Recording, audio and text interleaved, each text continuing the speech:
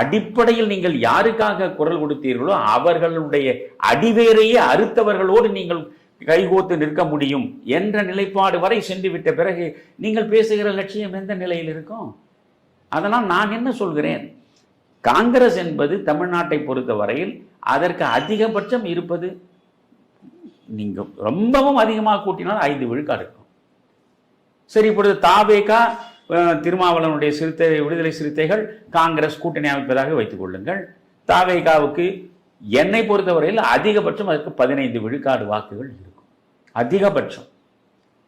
நீங்கள் 15 விழுக்காடு வாக்குகள் அவர்களுக்கு இருக்கிறது, 5 விழுக்காடு வாக்குகள் காங்கிரஸுக்கு இருக்கிறது. 15 5 20. மற்ற விடுதலை சிறுத்தைகளுக்கு ஒரு 3 விழுக்காடு வாக்குகள் இருக்கும், 23. இன்னும் சில சின்ன கட்சியை வைத்தோம், நீங்கள் அதிகபட்சம் 25 விழுக்காடு வாக்குகளை பெறுவீர்கள். ஆட்சி உங்களால் அமைக்க முடியுமா? தாவேகா, காங்கிரஸ், திருமாவளவன் கூட்டணி ஆட்சி அமைக்க முடியுமா? ஒரு நாளும் முடியாது.